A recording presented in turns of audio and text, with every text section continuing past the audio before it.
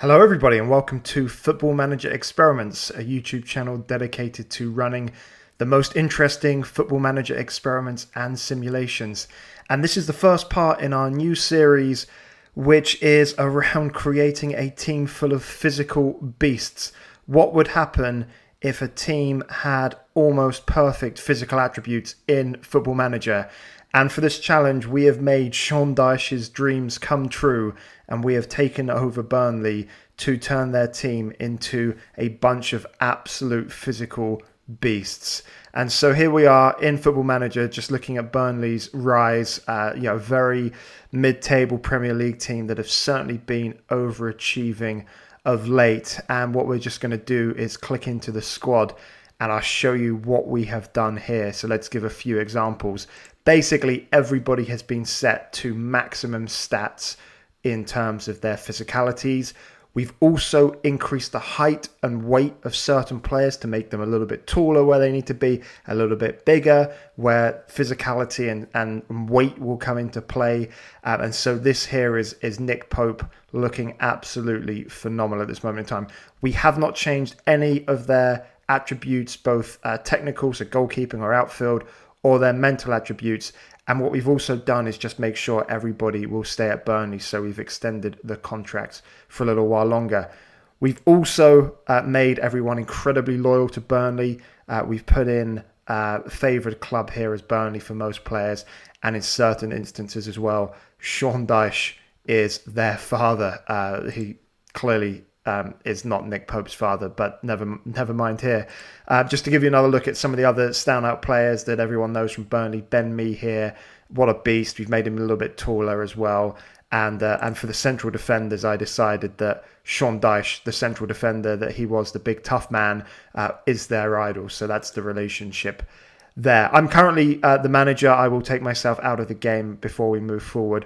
But just in terms of the standout players that I'm really looking forward to seeing, Dwight McNeil. We are on Football Manager 2020, guys, so we are starting the game in 2019. I did not purchase FM21, and I will be buying FM22 as soon as it comes out. But here, Dwight McNeil, these stats, we've also made him 6'6". The theory behind him being pretty big there was be great to see him coming in at the back post and scoring a bunch of headers and just generally being a real menace down the wing.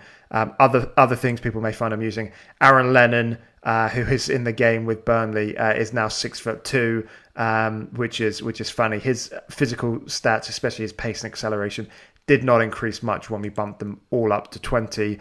And then really what I'm also interested in seeing is Chris Wood, the big New Zealand striker. We added another few inches to him. He's Peter Crouch's height now, I think it's 6'7", 94 kilos. Really going to be interesting to see what he can do with his jumping reach, his strength, agility, and other physical attributes there. What I will say, and one of the reasons for picking Burnley, Burnley are a very, very mediocre team. They do not have too many standout players, particularly in midfield. Ashley Westwood is probably one of their better midfielders, and you'll see his technical stats here are decent, but not great. And really what we're trying to see is how much can the physical attributes, as we just have a quick look here at Jack Cork, make a difference to Burnley. Can they power themselves up into the top half of the league? Potentially European football would be great if there's a cup win or something that gets them some European football. But we have basically just gone through every single player in the first team and given them absolutely phenomenal physical stats. How will they get on? Let's see. We're going to move forward a little while now to the back end of the first year, see how they're getting on in the Cups and the first few Premier League games of the season, and we'll be back with that update shortly. Okay, so we're currently in December of 2019. We've gone a decent way through the beginning of the season, and as you can see here, Burnley are currently lying 10th place in the English Premier Division. They're currently on 22 points, 18 games, 5 wins, 7 draws, 6 defeats, -3 goal difference, 9 points behind Chelsea, a long way off Manchester City and Tottenham, who are running out front there. So they haven't had a particularly great start to the season here. Let's click in and have a look at some of the results. So they got off to a 2-2 draw away at Leicester, which was decent, before being beaten by Tottenham at home. Sheffield United, that is a very, very disappointing draw indeed at home before getting through in the Carabao Cup. If we look down, they're actually doing quite well. They're into the fifth round, which I think is a quarterfinals at least, before 4 defeats on the bounce here. Wolves, Man City, Bournemouth and Chelsea all beating them before a few draws. But as we're sort of getting down here and you see that 4th round win in the Carabao Cup away at Gillingham, there's then a couple of good performances that really stick out here. 1-1 draw at home to Manchester United, Jack Cork with a goal here. And then there's been a very good run of late. Maybe the Burnley players have just realised what physical prowess they have as they've beaten Brighton at home, West Ham at home 2-0. They then went to the Emirates and beat Arsenal 2-1 before Liverpool came to Turf Moor and were beaten by an Ashley Barnes 80th minute goal. Shades of what happened at Anfield last year when Liverpool lost their long home record. Before beating Norwich in the Carabao Cup quarter-final, which is great. And then a 2-0 away win against Aston Villa was the last game. Chris Wood with 2 goals, a penalty and a goal to wrap things up not far from time. And if we sort of just have a look at the run, I mean, in terms of the fixtures that are coming ahead, Norwich, Watford, Newcastle, they're all very winnable games. Bournemouth in the Carabao Cup semi-final, let's just click into this.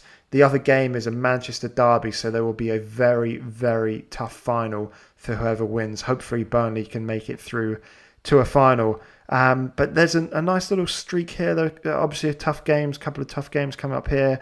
Man United and Man City in the last few games. But if Burnley can get their act together here, they are not a million miles away. They certainly need to keep this winning or unbeaten run going for as long as possible. Just have a look in at the players now and see who's sort of the standout performers. So it's really the front men that are doing the business at the moment. Chris Wood, 13 appearances, 5 off the bench, 8 goals, 1 assist. And then Matej Vydra, he hasn't really played too much, but he's got a very good average rating, that's 7.05. Ben Gibson, again, hasn't played too much, a 7.03. And then Ashley Barnes also has 8 goals too. Jay Rodriguez, as you can see here, with 6. That's just sorted by goals. What is very, very disappointing, though, is let's click into Dwight McNeil. I believe that some of the stats may have declined slightly. So, yeah, because of the current ability, I think, or potential ability, some of these physical stats have declined slightly. We may bump them back up before we move on again. But still, if we look at Dwight McNeil here, those physical attributes for a winger, yes, maybe the acceleration could be a little bit higher than 15, but agility of 20, balance 19, pace 19, natural fitness 20, strength 19. I mean, that's exactly what you want from a winger, and 15 appearances for 1 goal and 2 assists and a 6.57 is not good enough from Dwight McNeil. Some may say you can't polish a turd in terms of technical attributes. Sorry, but we're doing our best here, giving Burnley as much as we possibly can. Ashley Westwood in midfield, 6.57, really not great, is it? Dwight McNeil we've looked at. Johan Gudmonsen, he is clearly a favourite of Daesh, 19 games, 6.65, really not too much doing there. Aaron Lennon's hardly being used. Nick Pope ever present in goal, and then a handful of other players making a lot of appearances. James Tarkowski has done pretty good at the back, but overall this is relatively disappointing. I was certainly hoping for more, but if we just have a look quickly here, the last 5 games, Nick Pope has been on fire. That certainly helps when your keeper's averaging 7.58. And then Chris Wood, 7.62, very good indeed, accompanied by his other strike partners, Vydra, Barnes, where they've chipped in with good performances, and Tarkowski as well. So what we do now, guys, is probably move forward again a few months and see how things are getting on, maybe sort of March time, see if Burnley can put together a run to move them up the table, get into that Carabao Cup final, and we'll probably come back sometime around there to see how the first season is progressing. One thing that we will actually do very quickly just before we go is have a look at the transfer history. I believe all of these players came in before the game started. Yeah, that's right. Most of these players have left as well in that time. So I don't think anything has happened in terms of ingoings or outgoings, which is positive. We want to try and keep this core group of players together for as long as possible. But yeah, let's come back in a couple of months' time and see how things are getting on. That will be the first video of part 2. So let's see what happens, and we will be back shortly with an update. Thanks so much for watching, guys. Take care, and we'll see you soon. Bye-bye. Thanks for watching this episode of Football Manager Experiments. If you liked the video, please do hit that like button. And if you aren't subscribed, please do subscribe and turn on that notification bell so you do not miss any uploads. If you have any suggestions for future videos or comments on this video, please do let me know in the comments section below. And please do follow me on my socials, which are on the screen right now. Thanks everybody, and see you in the next video.